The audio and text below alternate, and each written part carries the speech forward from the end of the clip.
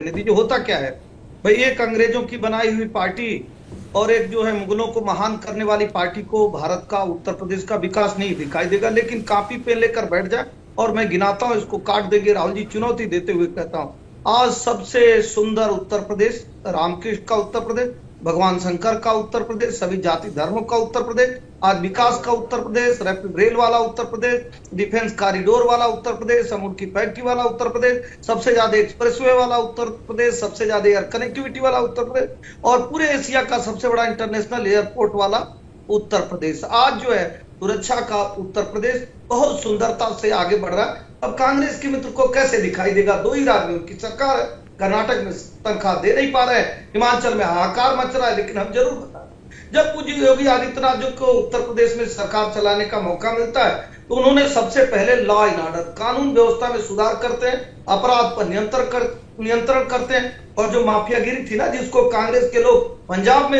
ले जाकर छुपाए थे, उस मुख्तार अंसारी को भी कानून के दायरे में उत्तर प्रदेश में ले आकर सजा दिलाने का कार्य करते हैं। हालांकि अब वो है नहीं जहां ये लोग पतिया पर कराए। उसके बाद बुनियादी ढांचे का विकास शुरू होता है, ये दूसरी उपलब्धि होती है, जिसमें नए नए एक्सप्रेसवे का निर्माण होता है। फिर आर्थिक वृद्धि के लिए ग्लोबल समिट किया जाता है, इनको बताइएगा जरूर। उसके बाद युवाओं के लिए, किसानों के लिए, महिलाओं के लिए जन कल्याणकारी योजनाएं चलाई जाती है, किसान सम्मान निधि दिया जाता है, बीज से लेकर बाजार तक सारी उपलब्धता, किस तरह से सब्सिडी पर बीज, सब्सिडी पर खाद, और जब वो चूंकि अभी गेहूं तैयार हो गया है तो उचित मूल्य पर वो बाजार तक पहुंच सके, सरकार खरीदारी कर सके, डीबीटी के माध्यम से कोई बिचौलिया नहीं उनके खाते में पैसा जा सके। राहुल जी, ये सारी व्यवस्था भारतीय जनता पार्टी की सरकार करती है। अब रही बात रोजगार की, पूरी भारतीय जनता पार्टी की सरकार ने जितना रोजगार दिया, उत्तर प्रदेश की पूर्ववर्त की बसपा और सपा की सभी सरकारों को जोड़ दीजिए तो 7.5 लाख प्रत्यक्ष रोजगार नहीं दिए। और हमने जो रोजगार दिया वो बोरा झोरा वाला रोजगार नहीं दिया जो इटावा में पर्ची कट जाती थी। ये खर्ची पर्ची वाली सरकार नहीं, पारदर्शिता की सरकार ने जो रोजगार दिया, उस नाते इनको दर्द बढ़ा। और कहिए ना, इनके वो राइफल वाले गुंडे कहां चले गए? वो अतीक अहमद, वो मुख्तार अंसारी, वो हर डिस्ट्रिक्ट में एक माफिया। आज हमने 1 डिस्ट्रिक्ट 1 प्रोडक्ट दिया, ये माफिया देते थे। उसके बाद एक दर्द बढ़ाने वाला कार्य हमने किया, जिसके नाते बेरोजगार हो गए। बेरोजगार इसलिए हो गए कि जो इनके अपराधी थे या तो जेल में है या तो जन्नत चले गए। और हमने पर्यटन के विकास के माध्यम से भी बहुत सारे रोजगार देने का कार्य किया। काशी का कॉरिडोर बनाया, आज काशी में देखिए भव्य काशी, दिव्य काशी, और वहां पे बहुत सारे रोजगार मिले। जब हम भव्य कुंभ, दिव्य कुंभ करते हैं उसमें भी रोजगार मिलता है, लेकिन वो अंग्रेजों को अच्छा नहीं लगेगा और मुगलों की पार्टी को भी अच्छा नहीं लगेगा। जब हम मथुरा का विकास करते हैं, अब इन्होंने राम की भी बात कही थी, आज बड़ी अच्छी बात है कि आपको राम भी याद आ गया। आज तक राम का दर्शन करने नहीं गए, सफेद सेवई खाने जरूर चले जाएंगे, कहेंगे अरे राम बुलाएंगे तब न जाएंगे। लेकिन अगर सेवई खाने के लिए राहुल जी कोई नौ भी बुलाए तो सफेद जालीदार टोपी पहन के कांग्रेस और समाजवादी पार्टी के लोग चले जाएंगे। लेकिन हमने जब जहां समाजवादी पार्टी कहती थी राहुल जी कि वहां परिंदे पर नहीं मार सकते, आज वहां पैर रखने की जगह नहीं है। और नोएडा, गाजियाबाद, आगरा, तीनों को मिला के जितना जीएसटी कलेक्शन होता है उतना तो काशी और अयोध्या ने जीएसटी कलेक्शन दे दिया। तो जानते सांप लौटने लगा। नहीं, वही तो कह रहे हैं कि आप हिंदुओं के लिए कर रहे हैं, दूसरे पक्ष के लिए नहीं कर रहे हैं।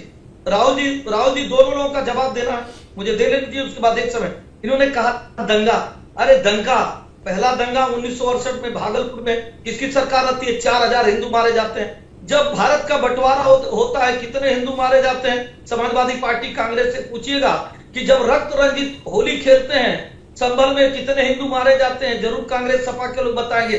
जब हिंदुओं की हत्या दौड़ा दौड़ा के कश्मीर में की जाती है कांग्रेस की और सपा की गलत नीतियों के नाते, एक बार भी नहीं करते। और उसके बाद भी आगे बढ़िए, अरे सिख तो इसी भारत के थे ना, किसकी कमी के नाते कहा गया कि बड़ा पेड़ गिरा के छोटे की हत्या हो जाती है और सिखों पे अन्याय और अत्याचार किया गया। राहुल जी, आज जब देख रहे हैं कि ये विकसित भारत बन रहा है, लगभग 116 देशों को रक्षा युद्ध निर्यात किया जा रहा है। आज डिफेंस कॉरिडोर इसी उत्तर प्रदेश में बन रहा है, जहां पे केवल राइफल की नाले दिखती थी और राइफल की नाले गुजती थी।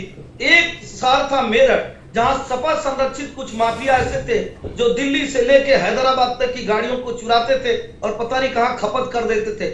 जब उनके ऊपर भी कानूनी हंटर चला, कानूनी हंटर, तो समाजवादी पार्टी के गुंडे, कांग्रेस के गुंडे धपती लगाकर भीख मांगने लगे। महिलाओं की बात करते हैं, राजस्थान में इनकी सरकार थी, इन्होंने कहा कि ये मर्दों का प्रदेश है, इसलिए यहाँ बलात्कार और दुराचार को हो जाता है। पूज्य योगी आदित्यनाथ जी की सरकार में। राहुल जी बताइए कांग्रेस के प्रवक्ता को, पानी पीकर, कान खोलकर, कलम लेकर सुन ले कि भारतीय जनता पार्टी की सरकार है। यहाँ अपराधियों पर जो कार्रवाई हुई है ना, कई 100 करोड़ की संपत्तियां जब्त करने का कार्य किया, और जो प्रयागराज गुंडे के नाम से जाना जाता था, जिस मऊ में मुलायम सिंह जी की सरकार थी, राहुल जी दुनिया में पहली बार कहीं हुआ कि धारा 144 लगी थी और 5 साल तक सरकार के नाक के नीचे 500 अफसरों के साथ मुख्तार अंसारी लोगों को मारता रहा। आज उसी उत्तर प्रदेश में अमन शांति है, और जो समाजवादी पार्टी के गुंडे बहुत सारे चैनल के रिपोर्टर को, एंकर को कहते हैं हमारी सरकार रहती तो नहीं, वो भी ये देखिए शान से आप डिस्कशन करते हैं और वो कुछ नहीं कर पाते। ये उत्तर भाई चर्चा लंबी हो सकती है, वक्त नहीं है, सुनिए वक्त नहीं है संत सिंह जी, लेकिन एसके दुबे जी ने हमें भी बताया, थोड़ा डराया, और हो सकता है कि हमारे वरिष्ठ पत्रकार उन्हें भी डराया कि देखिए इसी सरकार में पत्रकार की हत्या हो गई।